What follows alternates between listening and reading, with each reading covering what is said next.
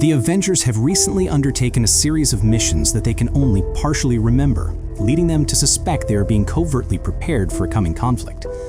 But the mastermind behind these events remains a mystery. This ought to do it.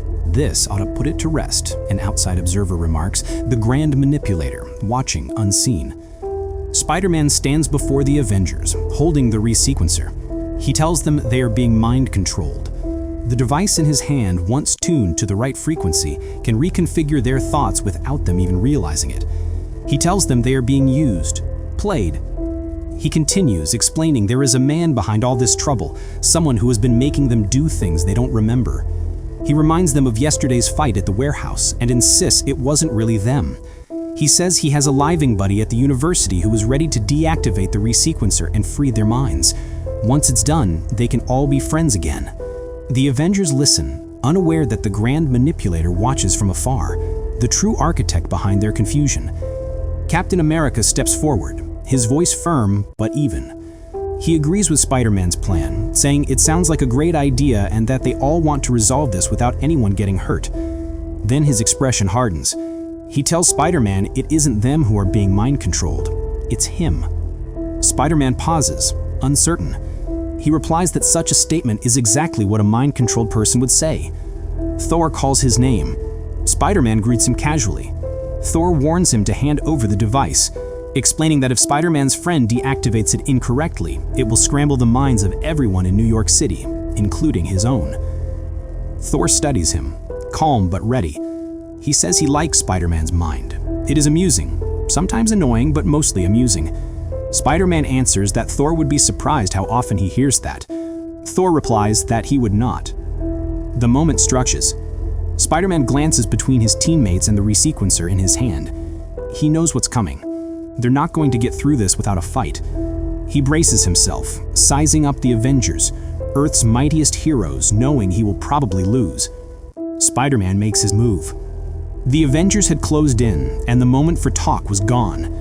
With a sharp flick of his wrist, he fires a web line and launches himself off the street, swinging high above the skyline. The resequencer bounces against his side as he mutters under his breath that this whole situation sucks. Below, Captain America signals the pursuit. Iron Man lifts off instantly, thrusters cutting through the city noise. Captain America's order is brief. Iron Man's response is just as sharp. The armored Avenger closes in fast, trying to reason with him mid-flight. He insists they're his friends, that they can help him, but the device must be disabled within the next 10 minutes, or its effects will be irreversible. If Spider-Man won't cooperate, they'll have to bring him down by force. Spider-Man twists mid-air, turning to face his pursuer. His reply is cool and unshaken. The situation works both ways. With a quick maneuver, he fires a burst that shorts Iron Man's armor, sending sparks across the plating. On the street, Captain America spots the flash and calls out, demanding a report. Iron Man steadies himself, systems flickering. He admits his suit's been disabled, still unsure how Spider-Man pulled it off. Running beside him, Black Panther observes without surprise. Spider-Man, he notes, is an exceptionally intelligent individual, clever enough to outthink them, at least for now, and he's had 12 hours to come up with ways to defeat them.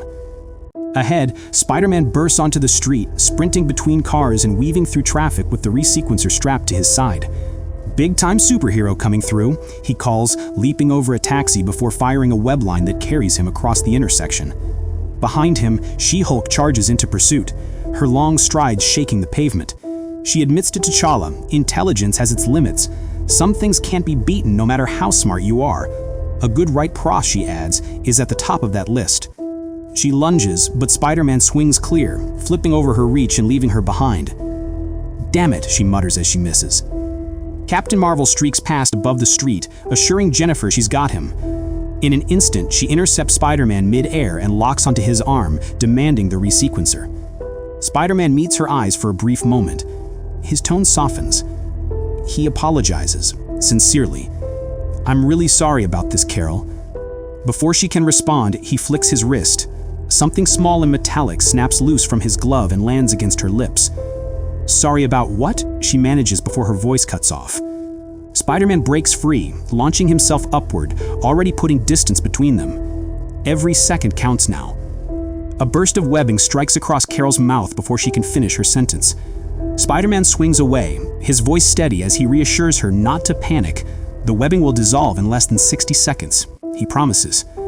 He moves fast above the city, the wind cutting past him as traffic blurs below. The observer quips how amazing and spectacular Spider-Man is. He knows that out here, in the open streets, he's vulnerable, but inside enclosed spaces, where flyers can't fly and gods can't pull him from the air, he has the advantage. In close quarters, he's unstoppable. Spider-Man crashes through a pane of glass and lands inside a conference room, shards scattering across the floor. Blade stands waiting. They lock eyes. Spider-Man tells him he has to get past, and Blade answers calmly that he knows, but he also knows Spider-Man has to try. Blade moves first, lunging in with a high kick. Spider-Man ducks under it, the strike cutting through empty air. Spider-Man swings in response, but Blade slips aside, his movement quick and controlled. He counters instantly, driving an elbow into Spider-Man's jaw. The impact lands hard, a sharp crack echoing through the room. Spider-Man stumbles back, one hand clutching his jaw as he steadies himself. Heh, he mutters, eyes narrowing behind the mask. He launches forward again, faster and harder, his punch connecting squarely and sending Blade crashing backward. Blade strikes fast, but Spider-Man is faster. Every punch cuts through empty air as Spider-Man twists, flips, and ducks, his reflexes almost taunting in their precision. Frustration flashes in Blade's eyes. He lunges again, catching Spider-Man mid-motion and locking his arms around him. The vampire hunter mocks him, daring him to bounce his way out of this. Spider-Man's response comes without hesitation, a sharp snap of movement as the back of his head slams into Blade's nose. The impact breaks the hold instantly. Before Blade can recover, Black Panther is already there, moving through the chaos like a shadow. His kick slices across the air, aimed clean at Spider-Man's torso. Even as he attacks, T'Challa's voice is calm, a warning, not a threat. They don't want to hurt him, but Spider-Man's body moves on instinct, already evading, already countering. A blur of motion against two of the world's best fighters. Captain America locks his arms around Spider-Man, pulling him in tight. His tone softens as he pleads for reason, telling Peter to believe them, that they're not the bad guys. Spider-Man doesn't answer right away. Instead, he braces his legs and drives both feet outward, kicking hard. The impact sends Blade and Black Panther crashing backward, their bodies slamming into desks and walls. Captain America holds firm, gritting his teeth against Spider-Man's resistance. Spider-Man looks him in the eye. His voice is calm but certain. Captain America is the bad guy. He just doesn't know it yet. They struggle, smashing through office equipment as the fight tears through the room. Hero battling hero, friend fighting friend. It's painful to witness, but necessary. Spider-Man breaks free, reaching for his bag. His hand closes around the resequencer. The narration cuts through the chaos. The threat facing this world, this universe, is far greater than any of them realize, a force powerful enough to burn the very atoms that hold existence together. Spider-Man moves fast. The room is chaos, desks overturned, glass shattered, heroes recovering. He fires a rapid burst of webbing, coating Captain America and Blade before they can react.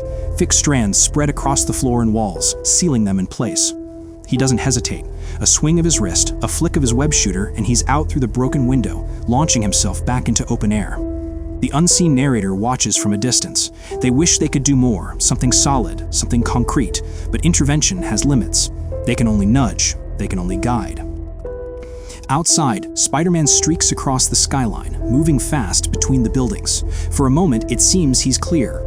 Then a shadow rises in front of him, red cape flaring against the light. Thor meets him mid-swing, Mjolnir in hand. Before he can react, Thor's hand grips the back of his suit, halting his swing mid-motion.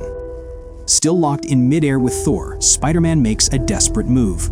With a quick twist, he pulls free by tearing off his own shirt, leaving it in Thor's grasp as he drops away through the city skyline.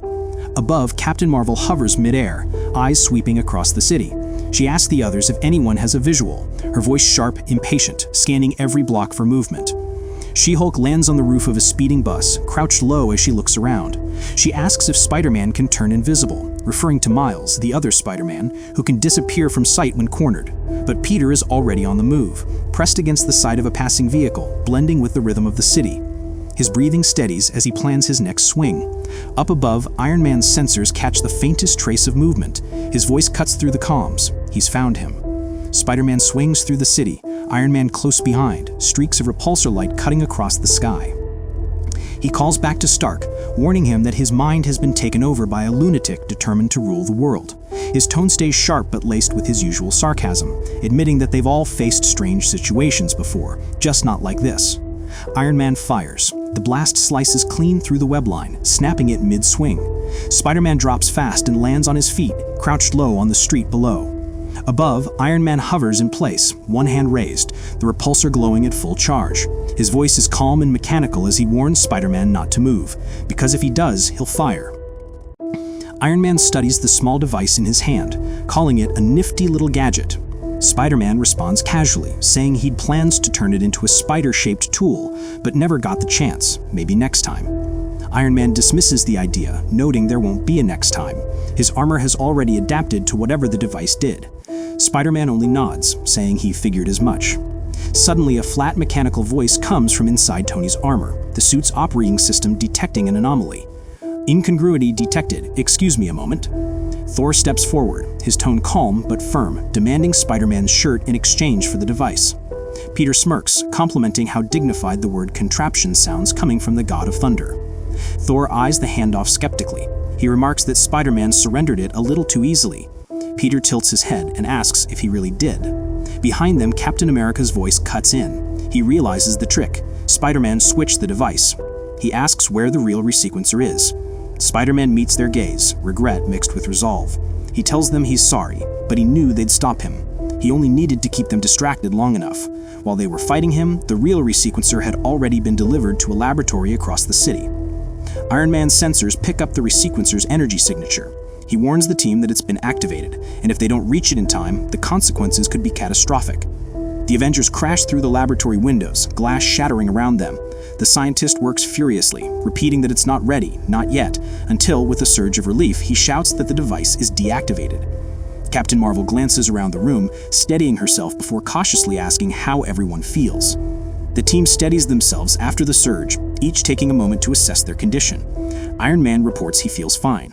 Captain America nods, saying he's okay. Thor glances between them, uncertain, and asks if their minds have been scrambled. Spider-Man jumps in quickly, insisting that he was right. They'd been mind-controlled, part of a larger plan. Iron Man stops him before he can continue. From inside Tony's armor, Tony projects holographic footage. The first feed shows security footage from the warehouse the day before, automatically downloaded by his suit during the fight. In it, Spider-Man collapses. Peter stares at the recording, confused. That's not how he remembers it. He insists it wasn't him who fell. Tony plays a second clip, recently downloaded from the same server. This one shows a completely different sequence of events.